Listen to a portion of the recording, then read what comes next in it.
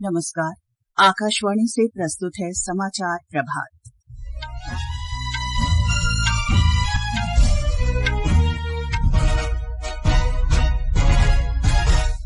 प्रधानमंत्री नरेंद्र मोदी ने कहा, भारत वैश्विक स्तर पर सबसे अधिक अवसरों वाला देश।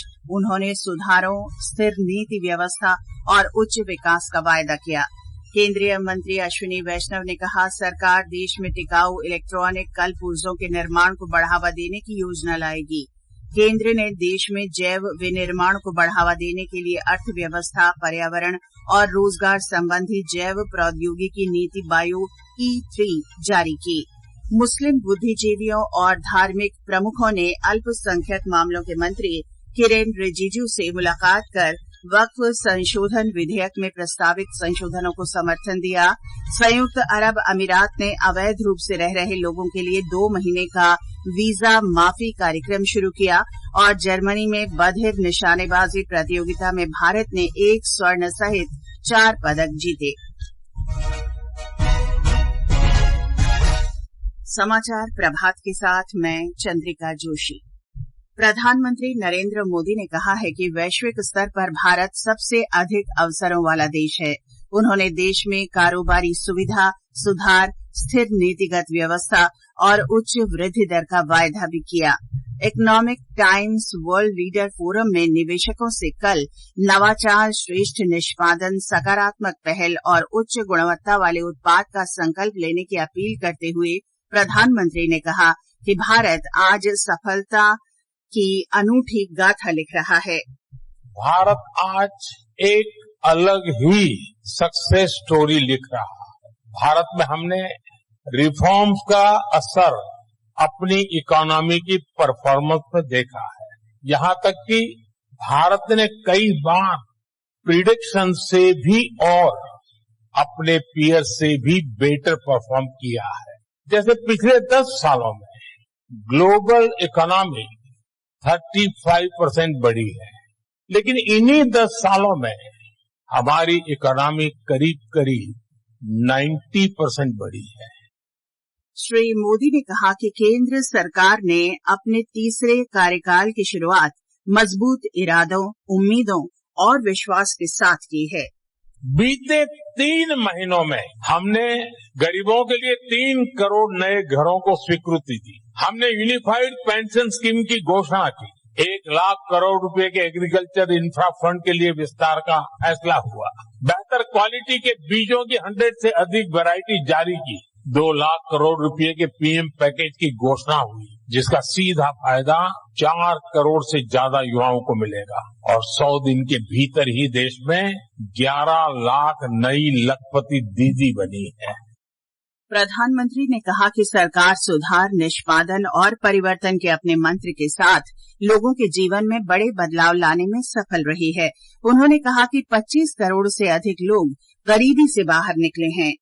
बीते 1 दशक में 25 करोड़ लोग गरीबी से बाहर आए हैं और उन्होंने एक नियो मिडिल क्लास का निर्माण किया है। ये स्पीड और स्केल हिस्टोरिक है। दुनिया की किसी भी डेमोक्रेटिक सोसाइटी में ऐसा पहले कभी नहीं हुआ। ये भारत में इसलिए हुआ क्योंकि हमने गरीबों के प्रति गवर्नमेंट की अप्रोच बदली। ग्रीन हाइड्रोजन, सेमीकंडक्टर, समुद्र तल और अंतरिक्ष के क्षेत्र पर प्रधानमंत्री ने कहा कि सरकार देश को वर्तमान चुनौतियों और भावी अवसरों के लिए तैयार करना चाहती है। उन्होंने कहा कि उनकी सरकार देश को वैश्विक स्वास्थ्य और कल्याण का केंद्र बनाने के लिए काम कर रही है। श्री मोदी ने कहा कि पिछले 10 वर्ष में 1 लाख मेडिकल सीटें जोड़ी गई हैं और अगले 5 वर्ष में 75,000 सीटें और बढ़ाई जाएंगी। इस अवसर पर इलेक्ट्रॉनिक और सूचना प्रौद्योगिकी मंत्री अश्विनी वैष्णव ने कहा कि सरकार देश में टिकाऊ इलेक्ट्रॉनिक कल पुर्जों के निर्माण को बढ़ावा देने की योजना लाएगी। उन्होंने कहा कि भारत में इस्तेमाल किए जा रहे 99% से अधिक मोबाइल फोन देश में ही बनाए जा रहे हैं और इस वर्ष एप्पल भी अपना नया फोन भारत में बनाएगा। श्री वैष्णव ने कहा कि भारत में इलेक्ट्रॉनिक उपकरणों का विनिर्माण वर्ष 2013-14 में $29 अरब का था, जो 2022-23 में बढ़कर $105 अरब हो गया है। उन्होंने ये भी कहा कि सरकार ने अपने तीसरे कार्यकाल में रेल, सड़क, हवाई अड्डे और बंदरगाह से जुड़ी $2 ट्रिलियन की परियोजनाओं को मंजूरी दी है।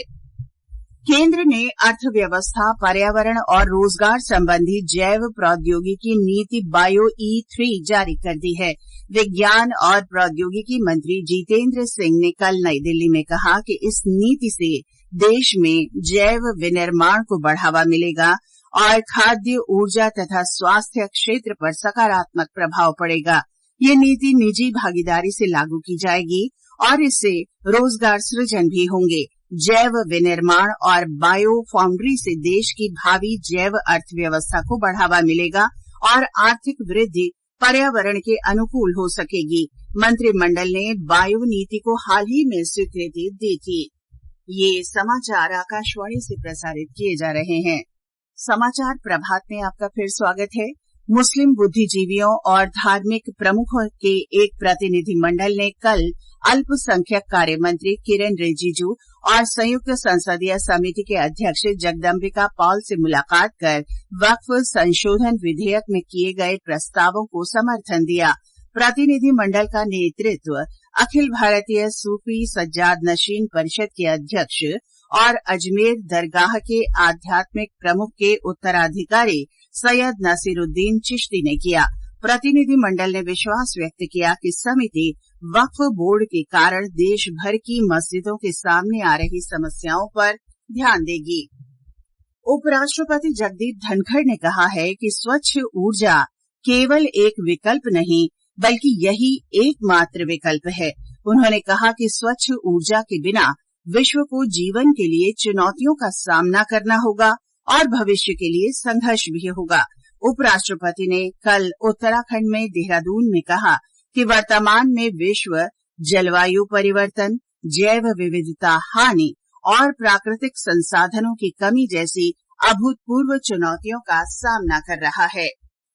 केंद्र ने दूरसंचार अधिनियम 2023 के शुरुआती नियमों को अधिसूचित कर दिया है। इसे डिजिटल भारत निधि का नाम दिया गया है। ये अधिनियम पूर्ववर्ती यूनिवर्सल सर्विस ऑब्लिगेशन फंड का स्थान लेगा। अधिसूचना के अनुसार योजनाओं और कार्यक्रमों का कार्यान्वयन करने वालों को डिजिटल भारत निधि से राशि दी जाएगी। इस निधि से दूरसंचार सेवाएं ग्रामीण क्षेत्रों में और वंचित वर्गों तक पहुंचाई जाएंगी। निर्वाचन आयोग ने हरियाणा विधानसभा चुनाव के मतदान की तारीख बदलकर 5 अक्टूबर कर दी है। इस पहले मतदान 1 अक्टूबर को होना था। हरियाणा और जम्मू कश्मीर चुनाव की मतगणना अब 8 अक्टूबर को एक साथ होगी। इस बीच जम्मू कश्मीर विधानसभा चुनाव के पहले चरण के लिए कांग्रेस ने अपने प्रचारकों की सूची जारी कर दी है। इसमें कांग्रेस अध्यक्ष मल्लिकार्जुन खड़गे, कांग्रेस संसदीय दल की अध्यक्ष सोनिया गांधी, पूर्व पार्टी प्रमुख राहुल गांधी और प्रियंका गांधी वाड्रा सहित 40 नेता शामिल हैं। महिला और बाल विकास मंत्री अन्नपूर्णा देवी ने पश्चिम बंगाल की मुख्यमंत्री ममता बनर्जी को दुष्कर्म और पॉक्सो मामलों से निपटने के लिए त्वरित विशेष न्यायालय की स्थापना और इनके संचालन में तेजी लाने को कहा है। उन्होंने एक पत्र में राज्य में वर्तमान त्वरित न्यायालयों में लंबित मुकदमों पर चिंता व्यक्त की। इस बीच कोलकाता में महिला डॉक्टर दुष्कर्म और हत्या मामले में न्याय की मांग करते हुए राज्य भर में विरोध प्रदर्शन जारी हैं। सीमा सुरक्षा बल और राजकीय रेलवे पुलिस GRP ने त्रिपुरा में अवैध रूप से प्रवेश करने के आरोप में बांग्लादेश के 7 नागरिकों और 2 रोहिंग्याओं को गिरफ्तार किया है। पिछले 3 महीने में अवैध रूप से भारतीय क्षेत्र में प्रवेश करने के आरोप में अगरतला और अन्य स्थानों से 310 से अधिक बांग्लादेशी नागरिकों और 34 रोहिंग्याओं को गिरफ्तार किया गया है। संयुक्त अरब अमीरात में 2 महीने का व्यापक वीजा माफी कार्यक्रम आज से लागू हो गया है। इसमें अवैध रूप से रह रहे लोगों को अपनी स्थिति को नियमित करने या बिना दंड के देश छोड़ने का विकल्प दिया जा रहा है। एक रिपोर्ट। इस कार्यक्रम में संयुक्त अरब अमीरात में पर्यटन और रेजिडेंसी वीजा सहित ऐसे किसी भी वीजा धारक को अपनी स्थिति को नियमित करने का मौका मिलेगा जो देश में वैध तौर पर काम कर रहे हैं लेकिन जिनकी वीजा की अवधि बीत गई है। ऐसा न करने वालों को बिना किसी जुर्माने के देश छोड़ने की अनुमति दी जाएगी। यह माफी उन लोगों पर भी लागू होगी जिनका जन्म संयुक्त अरब अमीरात में हुआ है लेकिन जिनके पास सरकारी दस्तावेज नहीं है अथवा जिनके प्रयोजक फरार हैं। हालांकि अमीरात में अवैध रूप से प्रवेश करने वाले इस कार्यक्रम का लाभ नहीं ले सकेंगे। दुबई से विनोद कुमार की रिपोर्ट के साथ समाचार कक्ष से जया भारती। इजराइल और हमास गजा में 3 दिन तक कार्रवाई रोकने पर सहमत हो गए हैं। ये सहमति 6,40,000 बच्चों को पोलियो की खुराक देने के लिए बनी है। गजा में पोलियो से 10 महीने के एक बच्चे को लकवा मार देने की खबरें आई थी। पिछले 25 वर्ष में गजा में पोलियो का ये पहला मामला था। मौसम विभाग ने आज विदर्भ, तेलंगाना, रायलसीमा, कर्नाटक के भीतरी और तटवर्ती इलाकों में मूसलाधार वर्षा की चेतावनी जारी की है। पश्चिमी मध्य प्रदेश और मराठवाड़ा में भी तेज वर्षा का अनुमान है। एक रिपोर्ट। मौसम विभाग ने केरल, माहे, कोंकण, गोवा, मध्य महाराष्ट्र, गुजरात और पूर्वोत्तर राज्यों में बुधवार तक भारी बारिश का अनुमान व्यक्त किया है। वहीं पूर्वी राजस्थान, हिमाचल प्रदेश, उत्तराखंड, हरियाणा, पंजाब और चंडीगढ़ में कल तक भारी बारिश हो सकती है। विभाग के अनुसार चक्रवाती तूफान असना पश्चिम में दक्षिण पश्चिम की ओर बढ़ेगा और कल तक कमजोर होकर उत्तर पश्चिम अरब सागर के ऊपर दबाव में बदल जाएगा। इसके अलावा उत्तरी आंध्र प्रदेश और दक्षिणी ओडिशा के तटों के पश्चिमी मध्य भाग और उससे सटे उत्तर पश्चिम बंगाल की खाड़ी पर बना दबाव उत्तर पश्चिम भाग की ओर बढ़ गया है। अभिषेक कपिल, आकाशवाणी दिल्ली। और अब खेल जगत की खबरों के साथ हैं मुकेश कुमार बल।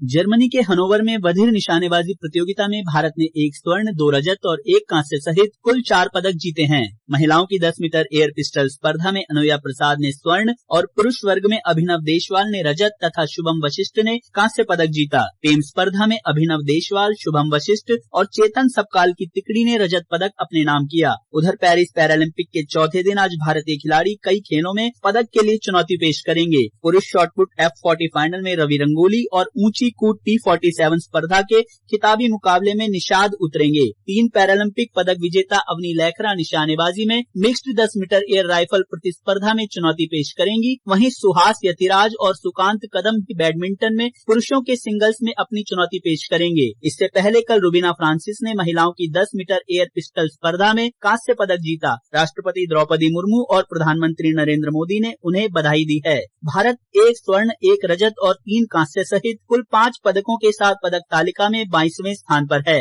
इस बीच दक्षिण कोरिया में Asian cadet and junior judo championship में हिमांशी टोकस ने 63 किलो भार वर्ग में रजत पदक जीता है। और अब आज के समाचार पत्रों की सुर्खियों के साथ हैं फरहत नाज। धन्यवाद चंद्रिका। महिलाओं के खिलाफ अपराध और अत्याचार मामले में त्वरित न्याय की प्रधानमंत्री की अपील को राष्ट्रीय सहारा, अमर उजाला, देशबंधु, राजस्थान पत्रिका और दैनिक जागरण ने बड़ी सुर्खी बनाया है। कहा, जितनी तेजी से फैसले आएंगे सुरक्षा का उतना ही भरोसा होगा। निर्वाचन आयोग द्वारा हरियाणा विधानसभा चुनाव की तारीख बदलकर मतदान 5 अक्टूबर को तय करने और मतगणना 4 के बजाय 8 अक्टूबर को कराए जाने की खबर जनसत्ता सहित कई अखबारों ने सुर्खियों में दी है। देशबंधु ने लिखा है, जम्मू कश्मीर के चुनाव में पहले चरण में 9 महिला उम्मीदवार। सितंबर महीने में उत्तरी भारत में झमाझम बारिश की उम्मीद, लिखता है नवभारत टाइम्स। राष्ट्रीय सहारा ने लिखा है, सामान्य से अधिक बारिश के बावजूद सितंबर में भी खूब होगी वर्षा।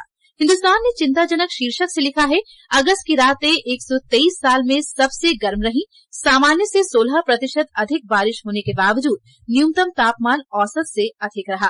पेरिस पैरालंपिक में भारतीय दल के प्रदर्शन पर भी अखबारों ने पहले पन्ने पर खबर दी है। दैनिक जागरण लिखता है, भारतीय निशानेबाजों का जलवा। और अंत में मुख्य समाचार एक बार फिर।